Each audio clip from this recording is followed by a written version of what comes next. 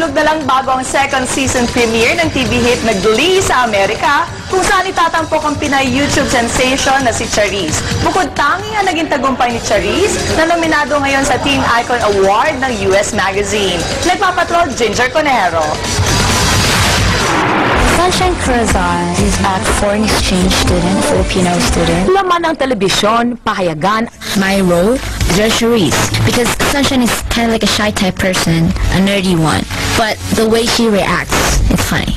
At radio station sa iba't ibang bansa, ang Pinay singing sensation na certified Hollywood actress na si Charisse.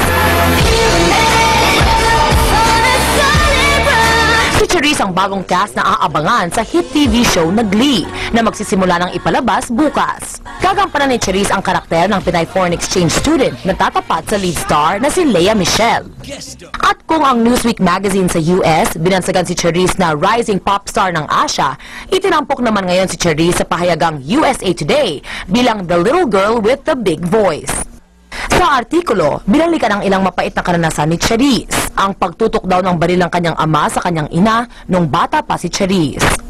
Pero ibang-iba na ang mundo ni Charisse na nominado pa ngayon ng teen magazine na J14 bilang Teen Icon of Tomorrow.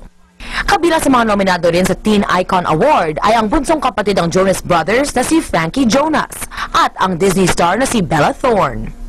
Malayo man ang narating, pusong Pinoy pa rin si Charisse na miss na ang Pilipinas, mga kaibigan at pagkain ng adobo at sinigang.